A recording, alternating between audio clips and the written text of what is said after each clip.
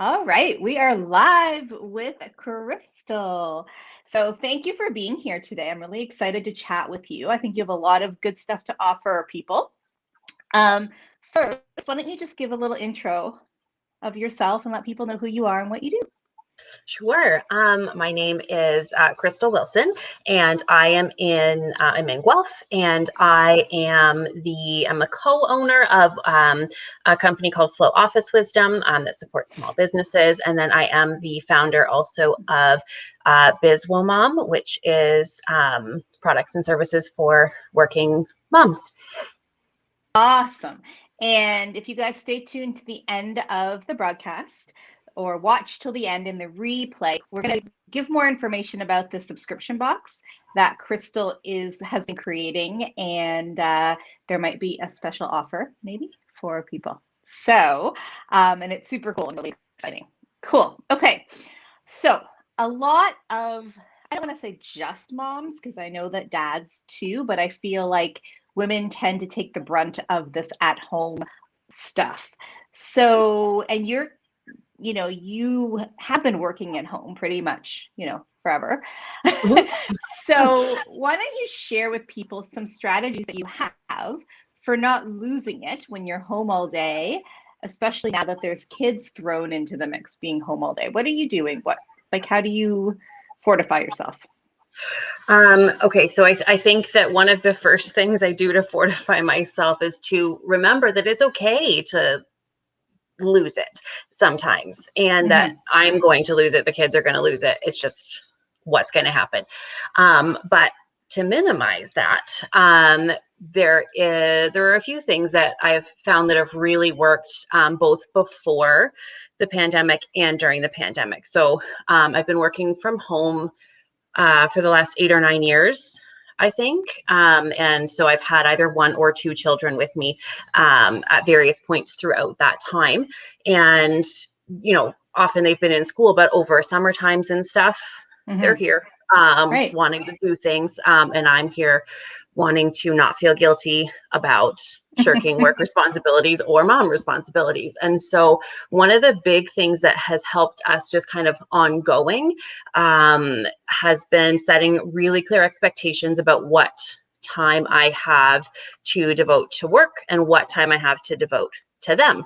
So, for example, back in the olden days when we could go out and do things and see people, we had like I took off one day each week during the summer. So I would take off Wednesdays each summer. So the kids knew, like, okay, you're kind of, maybe grandma's going to come this day, you're on your own Tuesday, and then Wednesday is mom day. We'll go to we'll go for a hike, we'll go to an amusement park, whatever. That's our like full day.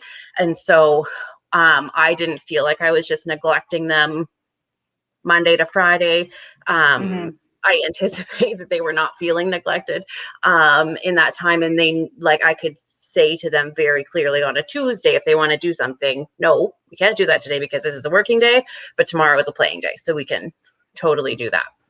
And then there's something Um, to look forward to, right? Too. yes. Yeah. Wednesdays were always just this super awesome day. So, and it's like right in the middle of the week. You got just 2 days on either side, and then there's weekends. So it was really manageable. Mm-hmm. And then we kind of translated that theory over into when the schools got closed down in March of last year. So the March break that never ended Mm-hmm. was, so we already had kind of plans for March break strategies for that, but we were very clear from the get-go with them that the virtual school, even in March, wasn't an option because me working or not working, sorry, wasn't an option. And Mm-hmm. so they got very much into the routine. Even before there was like the formal learning, we had them set up with some things. So they had their routine. They'd still get up in the morning at the proper time, sit in front of their desks and do some work. And I would be doing mine as well. And we just adjusted for time. So it's not realistic, even with older kids, to think that you're going to sit down and work peacefully Mm-hmm. from 9 to 5. It's not going to happen. They have questions and fights and hunger constantly. And Yeah, a lot of hunger. so much food all the time. It's ridiculous.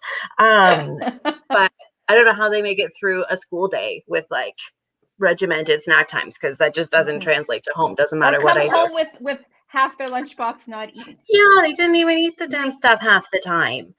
You eat all day at home. I don't understand. Anyway. I don't get it. But anyway, they it's just not going to happen. And so I didn't set out with that expectation. And I was really clear with my work team as well that that's not what could be expected of me right then. And that's easy for me to do because I happen to be a boss at work. But we also made it very clear for our staff, for our team, that it is not what was expected of them either. And we've worked schedules around. So, I work from 6 until 10, and then I'm with the kids for a couple hours. And then I work from 2 until 6 in the evening. And then I work at night times too, because that's what ended up working well for us. My husband works out of the house 7 to 5. So he's not here to help. So it sounds like you're doing a lot of managing and setting expectations, which I think is really important because things are not going to be the same right now. And I think we have this expectation that it is, or that we can make it the same, or whatever, but it's just not, right? And so I think maybe you can speak to this. Part of it is knowing what you can let go of, right? And what cannot be an expectation, because I find that hard, right? Because I want everything to be perfect, and I'm a little bit controlling. I'll admit it. As are a lot of my clients. That's why they come to me, I think. And so, like, how do you do that? How do you decide what to let go of and like make that okay, right? Like with yourself. I think I don't do really well at that all the time, because I also am a lot of bit controlling, which this has really shown me. Yeah. I really thought I was super easygoing. It's not true.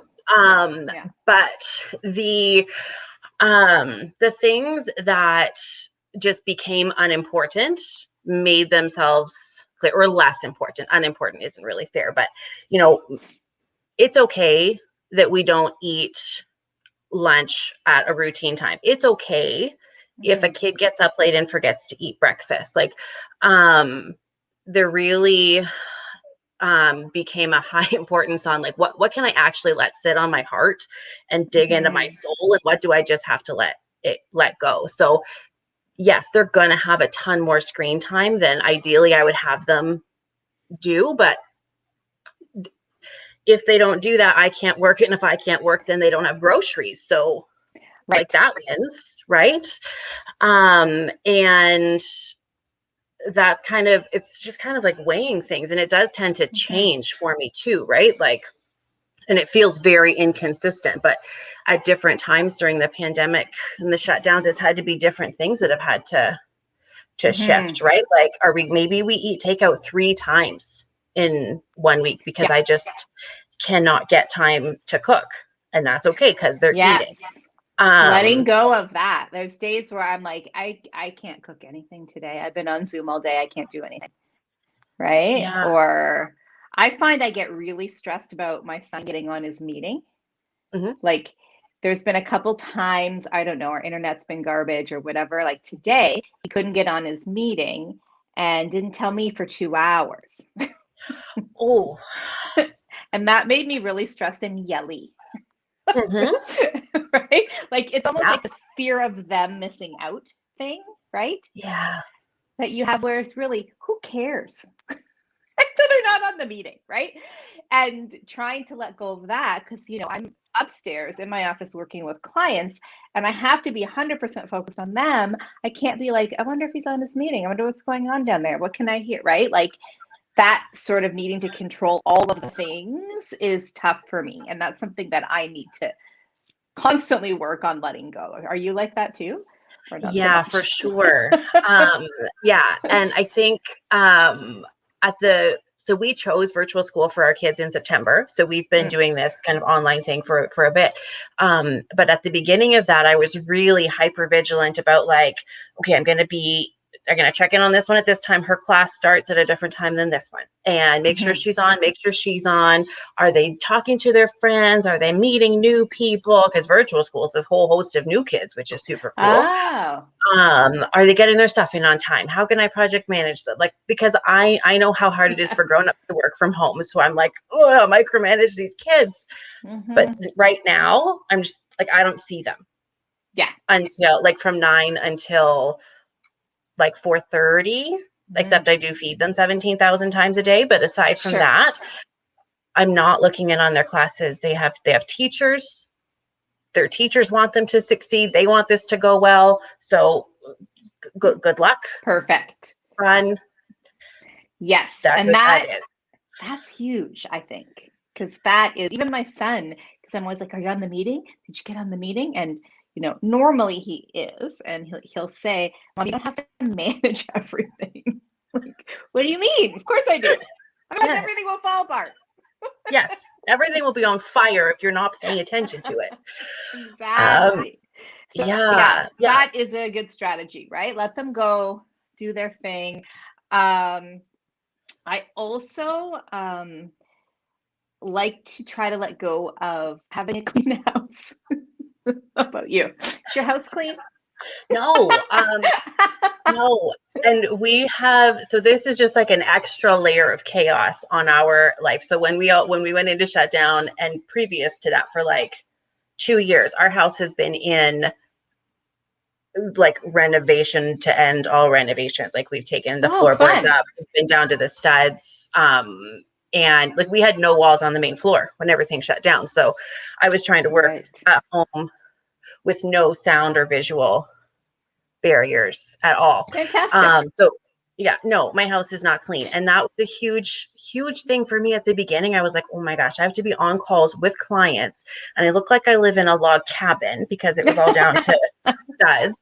There's nowhere that I can sit that looks neat or tidy or professional, because that's not the state that we're in at the moment, and that's real. And so I just kind of adopted this, like, well, this is a new, very intimate way of doing business with one another. And this is you me. might see my laundry baskets in the back, and you might see that like all this drywall tape and mud here, and I just have to be okay with that. But don't you think that's kind of refreshing though? Because I think, at least at the first lockdown, there was this idea of the people who were being like perfect pandemic moms or whatever, and baking all this bread and doing, and that's not who I am on my best day, right? And I think when we can let go of that perfection or that idea of what a mom or a business owner or a wife or a woman should be, and just be like, let people just see you, right? I think it's refreshing, right? Because your clients are like, oh my God, me too. I'm going to take away my virtual background now. Yes. Yeah, it lets us be so much more real and authentic with each other. And I know, like, I understand much more about the lives of my team now than I did at the beginning. And like now I've seen their kids, and my kids pop in on Zoom, and that would be like before, but I don't care anymore. Like, this is what it is. We're all trying to do the same thing. We're just trying to meet. I saw something yesterday that was like, I'm meeting the needs of the people in my household. I'm meeting the needs at work. Wants are not on the priority list. Yeah. At the moment. And I think I'm really interested to kind of dig into that a little bit more myself, because there's so much want that just can throw us right off, because not meeting what people want just doesn't feel good. I think especially as women, right? We're supposed to keep people happy and make things easy and pretty and whatever. Yes. And you know how many times I release the belief with my female clients that I'm responsible for everyone else's happiness? Like literally many times a week. I can only imagine. Yeah, that's so huge. And I think we all took that on at the beginning of this too. And I totally recognize that men also suffer from this thing, but I think it looks different and it manifests differently. 100%. Yeah, the weight of it is just different, I think. And yeah, my male clients, it kind of comes out as like anger or frustration because they want to, you know, do these things for you, right? That we mhm, can't do, right? And so it's that, yeah, feeling of being inactive, I feel like, um, mhm. with men, right? More so, most men. I don't want to generalize, but Yeah. yeah, I think that's huge that, again, you know, letting yourself off the hook a little bit here, right? Because no, you Mhm. know, my son's responsible for his own happiness, right? Like the other night, he was really struggling and saying that he felt like he was never gonna, he's 13, okay? He felt like he was never gonna accomplish anything in his life. And I'm like, well, only you're in charge of that, right? You're responsible for that, not me. I've already done grade 8. I've done a lot of, you know, so I think that, but like as a mom, I want to take that on for him, right? But you Yeah. can't. I can barely manage my own happiness, right? Yes. Oh my goodness. And this whole like there's I don't know. I've said it a number of times in different conversations over the pandemic, but like this idea that every decision seems hard, right? Like your decision of whether to hold on to that or let it go Mm-hmm. is really hard. The decision to say like go for a walk with your friend feels like that should be a really good idea, but it also could potentially be dangerous. So how am I going to weigh I that? know. The choice to send them to school, the choice Oh my to God. vaccinate them. Do we let grandma come in and help with A, B, or C, or do we not? Do I take my grieving neighbor food, or is that weird now? Yeah, There's just so many more layers on everything. I know. Um, At over the Christmas holidays, my son has friends nearby, and they go and have outdoor time and play ball hockey, and I'm okay with that because he's an only child, so he needs that. And then one of the moms sent me a picture of them in the house making Christmas cookies, and I was like my head was gonna pop off, right? And then you have this like, well, what do I do? Right? Am I an asshole now? And like, right? And then you get that feeling of, I hate that. I hate having to talk to him about how you shouldn't have done that, right? Of course you should mhm. have done that. Of course you should go in your friend's house and make Christmas cookies. What an amazing thing, right? And so it was funny though in the picture because he knew he was going to be in shit. He was like, That's funny. You know, and all the kids are doing it, and he's not going to be like, my law won't let me go in the house, right? I mean, now, you know, we've drilled it in, and I was surprised because he's so careful. But, you know, those decisions and exactly like weighing them out, and right. So, yeah, it's super tough. Yeah, and I think so as like we started out talking about strategies, right? So I think that part of that decision making thing is like don't put too much on the small decisions because Mm-hmm. even those small decisions right now you could just layer them and layer them and layer them with what ifs and Mm-hmm. checks and balances, but Yeah, they sometimes still just take up pick space something in and your go. brain, right? Yeah. Exactly. Exactly. Yeah. And so, are there any things that you do to take care of yourself, just you, right I'm really, really bad at now? What would you um, like to be doing? I have a coach that tells me every week, are you really getting any better at that? But I have started so there's a book by Jessica Turner called The Fringe Hours. And I read it a Hmm. few years ago, and it talks about utilizing these like outside hours, right? Like the beginning of the morning before all the Hmm. normal people are awake, and then in the evening when people are winding down, kids are in bed, whatever, and like really using those to serve yourself. And so I found my fringe hours of like between 6 and 7:30 in the morning. Mm. And so I am now starting to go outside because outside just makes me happy, Yeah. regardless of the weather. Outside for a walk with an audiobook. So I feel like I'm learning. Hmm. I'm doing Atomic Habits right now. So I'm walking, I'm I've got one earbud in listening to an audiobook, the other, like I can just listen to what's going on around me. We live by the river, so taking the path, it's beautiful, and it makes me feel like I have done something for myself before I start jumping into serving everyone else for the day. That's amazing. I have been finding, and I didn't do this purposely, but now that you're talking about it, when my husband gets home around 6:30 from work and my son needs all of his attention, right? And so even though he's 13, he really idolizes his dad. So I let them have time downstairs with the good TV. And they can play video games or watch, I don't know, Oak Island or some weird show they watch. And I stay upstairs on the little TV and I watch my true crime that nobody else cares to watch. They think I'm too dark.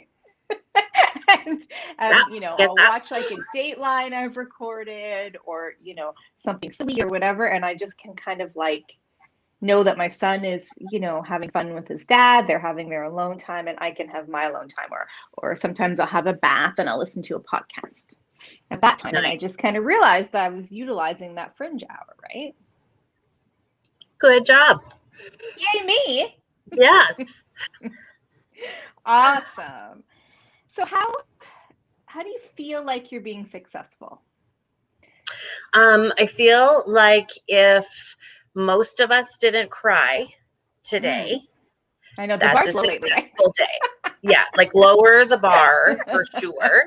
Yeah. And I've started, because one of the things I find is we really sell ourselves short, right? So we can go through a whole day and do so much stuff for work, for the kids, for our partners, for ourselves, whatever. And we still get to the end of the day and feel like we haven't accomplished anything. So I've started like keeping really, really detailed lists of what I need to do in a day and like adding on to it like a big old cheater with extra stuff I've done. But because that lets me actually look back at the day and be like, oh yeah, I did do a lot of things. So like actually measuring what's getting done is helping me to feel successful. I do that too. Because so easy to think of all the things that didn't get done. 100%. I'm trying to like recalibrate on that. Yeah, exactly. And I think too, sometimes making it be okay if just one thing got done. Yes. Right? If all you did was get dinner on the table or, you know, pick up your phone and order Swiss Chalet, like that's okay too, right? Yeah. We don't have to be making sourdough bread and, you know, all the things that all the day long. Although, I mean, people who love doing that, that's great. I'm not judging or dissing anybody. I think that's fantastic. No, we need people who make 17 loaves of sourdough bread. Yes, I need we can't all do it. Yeah. I know. I always say to my husband, sister, wife. I don't know. Sounds like a good idea. There is something to that, I'm sure. Yeah. Nobody wants more than one husband, though. I'll just leave that with you. Yeah, that is an interesting. Leave that with the audience. But yeah, and I think just like we talked about in the beginning, like letting go of some things, right? And allowing success to look like different things at different times, right? Yeah. And sometimes success is like in that fringe hour, or, you know, like you said, no one cried, or there was minimal crying, or like minimal one yelling. Of us cried. That's a win. Yeah, exactly. Yeah. So I think, you know, that whole letting ourselves off the hook a little bit is huge, right? Yeah. Yeah, no one has the same expectations for you that you have of yourself. 100%. Yeah. I remember when I first had my son and my husband would come home from work and, you know, like you're a crazy new mom and the house would be a disaster and he'd look around and be like, so what happened here? You know, and I'd be like, I just had a baby. And I worked that for a year. My body just had a baby. I'm not doing any of the things. So I know that you've been working at home pretty consistently for a while, right? But what I'm struggling with is I used to have an office, as you know, and you were there sometimes. I was. And I was there 3 days a week. And then there were times when I was contracted out at other companies and I would kind of be moving between different offices. And, I was doing Zoom clients around the world at home as well.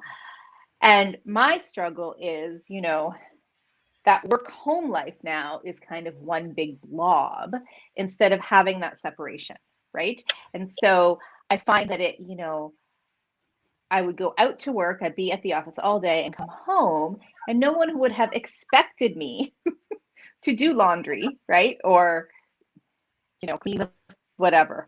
And now that I'm home, like I have to keep saying to people, I'm not home, right? I'm home, but I'm not home. And I find that hard because I think as women, we take that on and feel guilty if things aren't getting done, right? And, Yes. and I'm not trying to pretend like I clean all the time or, am a good cleaner by any means. But, sometimes I still look at dirty things and go, oh, I should do that. Yeah. They still sit there and look at you. Yeah. And so, there's not that separation anymore, which I think a lot of people are struggling with right now, right? Yeah.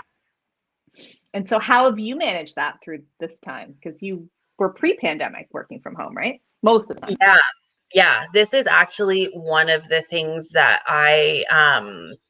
that I've recognized a need for training with all of my staff, is because working at home is hard. It is really, really hard to have that boundary. And so some of the things that have, the thing that has worked for me is just to be really firm with my kids. Like, right, boundaries. You do not come downstairs before 7 in the morning because I'm doing things that need to get done, or I'm out for my walk and I don't want to come home and see your face. I just want to come home and have a coffee or whatever. So they do not come downstairs before the prescribed time, and they kind of respect, like, the living room is kind of where I do my work because, like I said, we're in renovations. I don't have an office. I don't have a desk. None of that. So like the living room is my spot to work. So if I'm in here and I'm on a call, they just go through the front hall and go do whatever they need to do. So like setting up boundaries is really good as far as like the space is concerned. There's also a huge benefit to having a separate space if you can. I know not everyone is set up to do that. I'm not for myself, but for the kids for school, we created them, like they have a very clear like rest, sleep, etc. area in their room, and a very clear school and work area in their room. Oh, I like that. Not allowed to take their computer onto their bed or to, read their book that's for fun at their desk. They are two separate spaces right now. Like that'll be different when things change a little bit, but right now that's just how it is. And I have found, this is like the silliest thing, but it's the thing that has been successful for me. I put in my calendar when I'm going to put in a load of laundry, when I'm going to do the dishes, when I'm going to run the vacuum around, because if it's in my calendar, I know I'm going to do it, and it's not rolling around my head like, you didn't do the dishes, you didn't do the laundry, it's all piling up, because I know it's dealt with. I love that. In just that writing it down. So that I put like when to eat in my calendar, because otherwise I won't eat. Yes, that's important. But I love that, right? So you feel like, if you see something like a messy sink or whatever, you're like, oh, I'm going to get to that at messy sink time at 1:15 or whatever, right? Yeah. Yeah. And doing little bits at a time, right? Like I schedule, like there's 15 minutes in kind of the end of the afternoon where I run a vacuum around the house. It's dumb timing because my husband comes home with his big work boots and messes it all up, but it gets done and I can check it off. And that has been really helpful. And I think that's helpful for people in my, my team that I've worked with on it too. Yeah. I never thought to do that. That's awesome. Yeah. It's been such a game changer for me. And then one other silly little thing is just like a visual cue. So if you don't have a separate office space or somewhere you can like close yourself off, having something that like you only put out in your whichever space you're working when you're working. So maybe it's like a little tchotchke of some sort. Maybe it's a book. Maybe it's your day planner. Maybe you have a specific pen that you like to use or whatever, but something that's just for work time. And then you become kind of accustomed to like, when I have this thing, when this thing is in my sight line, when whatever, I'm working, and that's Yeah. it. Conditions you. Yeah. It's like the bell, the dog and the bell. Pavlov, away we go. Just onto some things. Yeah. I love it. That is amazing. I mean, because now, I got really used to, we have a cleaning person who was coming once every 2 weeks, which made a huge difference because things just stay cleaner when someone like actually cleans. It does like a really good job. But now she can't come, right? And so my husband's like, we can do it on our own. And I'm like, okay, see how that works out. I mean, we have to now. We don't have a choice, but I do want her to come back very soon. Yeah. Those are amazing tips. I love it. I love it. Is there anything else you want to add before we close with more information about your cool subscription box? Not necessarily add, but I just want to reiterate that like let things go, because it's so hard, and I think we need to hear it so many times. But just do it. Just let it go. You got to get groceries delivered, get them delivered. Carts or curb, best thing ever. If you're in the 12 kW area, let people do things for you. Use the delivery services. Let it go. You don't have to do everything. Yeah, and get your kids to do stuff. Yes. They are going to be grown-ups one day. They need to know how to do laundry and dishes and vacuum and all that stuff. Yeah, my son does that stuff. And, he can cook, several things. And so there's nights where I'm like, make omelets for dinner, and he can make an omelet, right? So, make them work.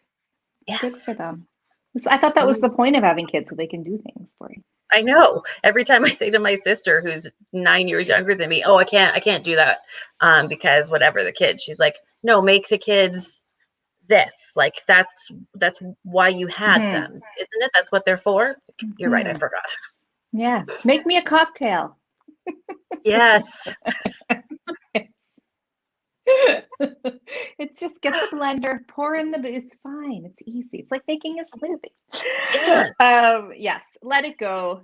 Set boundaries. Schedule in all the things. And, you're doing great, right? Like, just let yourself know that we're all just doing our best and doing what we need to do, right? At the end of the day, people are not crying much and have full bellies. You win. I don't remember anything I learned in grade 8, so everything's just a bonus, really. Yes. Awesome. Okay, so I would love it if you would share before we go about your subscription box, sort of like the idea behind it, how it all works, and everything like that, because I love it. Okay. So the box that I have is basically, it's something that I dreamed up because it's something that I would want to get as a person who is a mother and a business owner and a worker and a wife and all of these things. I find it really hard to kind of balance them all and to really feel like I am giving my best to each of them, or remembering to participate in all of those roles, and not being too hard on myself with it. So I thought, like, wouldn't it be really great if a reminder could come to my door about these things, like about all these roles that I'm playing, and to make sure that I'm paying attention to them. And so I'm also really, really passionate about like responsible business practice and supporting local and women-owned businesses and that sort of thing. So I looked around Ontario and found some really super awesome businesses and curated some of their products into a gift box. So it is, it's called the Bizwell Mom Box, and it's geared towards women who are working moms right now at home. So there's snacks in it, there's tea, there's face scrubbies, there's this amazing lip balm from More Than Lips, there's some earrings. scrunchie, like just like a goal tracker, just a little something to kind of support each of the different roles that you're playing. And so the initial intention was to create that. That was it, and make it a subscription box. But there's been so much interest and so many questions and people saying, oh, I would love this, that we've kind of branched out a little bit. So we're looking at putting out a sleep focus box, because who does not need help with the sleep?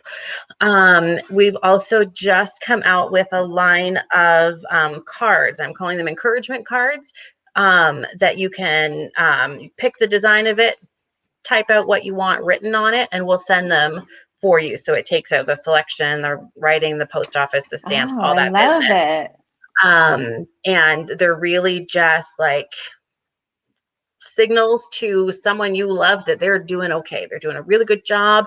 I think they're funny.